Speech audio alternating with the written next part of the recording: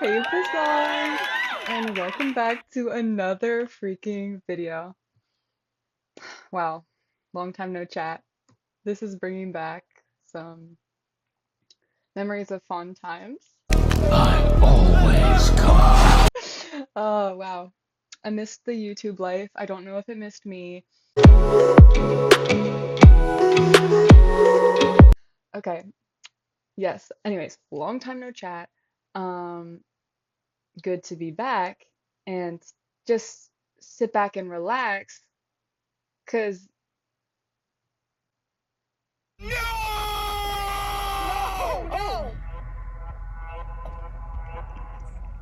um, so today I have a couple things um in my head that just I really feel like they need to get put out there.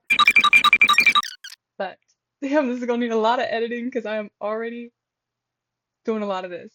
Um, but anyways, first rule of order. Is that the saying? First order of the day?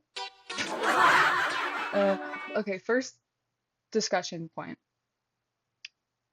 Never, ever fumble an autistic girl. Oh, no, no, no, no. So I saw this picture um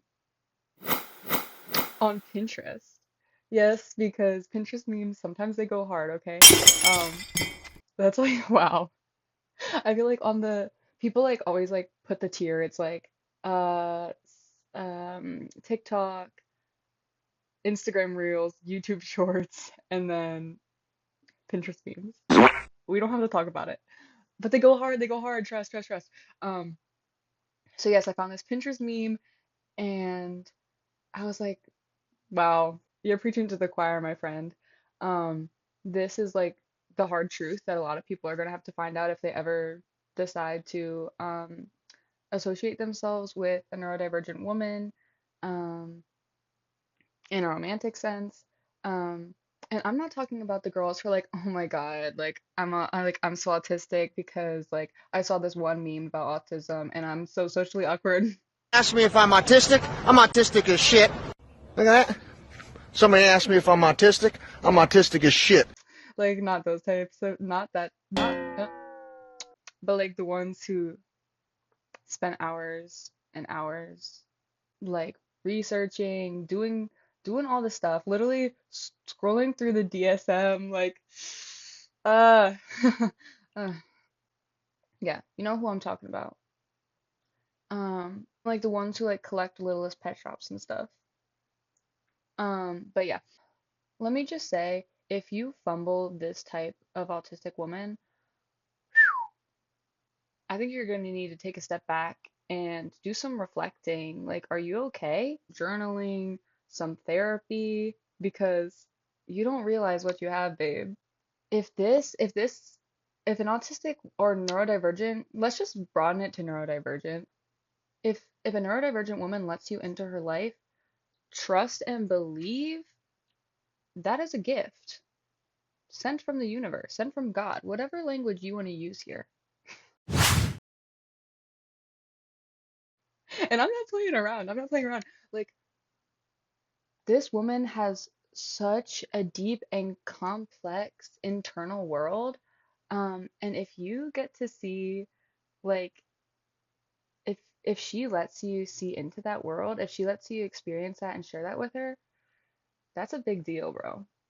That is a big deal because the internal world of an autistic person specifically is like, damn, it's like the back room sometimes. There's a lot going on in there, and it's beautiful, it's mysterious, it's unique. It's yes, I know everyone's internal world is unique, but like, does yours have dragons? Does yours have Yeah. Ready? Three, Watch my two, belly. I'm autistic as shit. a s- I am not high. I promise I'm not high. Yes, everyone's internal world is unique, but specifically neurodivergent people's, it's like, wow, there's a lot to unpack in there. And if you get to see that, as I said, it's a gift, cherish it. And also if you fumble her, be careful, because she might be sending some dark energy your way. Trust and believe. These neurodivergent women can get crazy. But yeah, so essentially, like, long story short, an autistic mind is a beautiful mind, and an autistic and a woman's mind is a beautiful mind. Wait, a woman's mind is a beautiful thing, and an autistic woman's mind is an even more beautiful thing. Every spirit of autism and mental sickness must leave in Jesus' name. 1, 2, 3. Okay, I leave.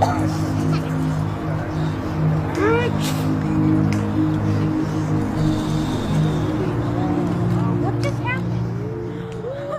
And next, all right, so now let's go on to the next topic of discussion for today. We're going to be getting into some philosophical questions here. So, like, reality and perception. Like, bro, I lit my candle earlier. I was just chilling and I looked at it and I saw like the haze. I saw the haze above the flame. And then I was just like thinking about that. And like I think about this anytime I see a fire or like haze in the summer. Like when you like look out at the road and stuff. You know what I'm talking about. And I think about that and like every time I see it, I'm like, this is so interesting and strange.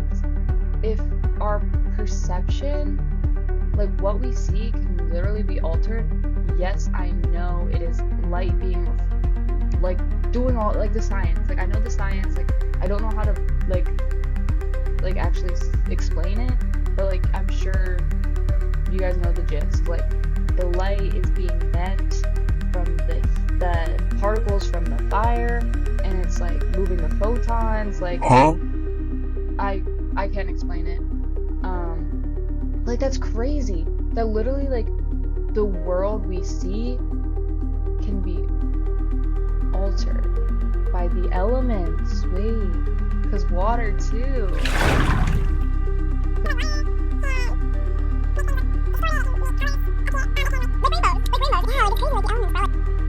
Yeah, wind is another thing. Like air. Wait, what is wind? But yeah, it's crazy that literally like different elements and experiences can and like substances can alter our like actually alter our reality, like our physical reality. Which then brings into the other question, like how can we trust our physical reality and like how much of it is actually real? Like just look around you. A lot of this shit is weird and makes no sense. Yeah. So like I know like we literally already know we can't trust our brains to show us like accurate visual information. I don't know how to phrase that. Because like personally, I see like well, we all are seeing something different. But even more so, like I have visual snow, so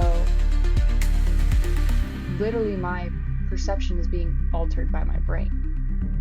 Like that's crazy. And like with hallucinations and things, or like even just when like, you stand up and you're dizzy, like that's so crazy that like something that's physically occurring within your body can change what you see. Like what? That's so crazy. So like it goes so much farther than just like the physical world.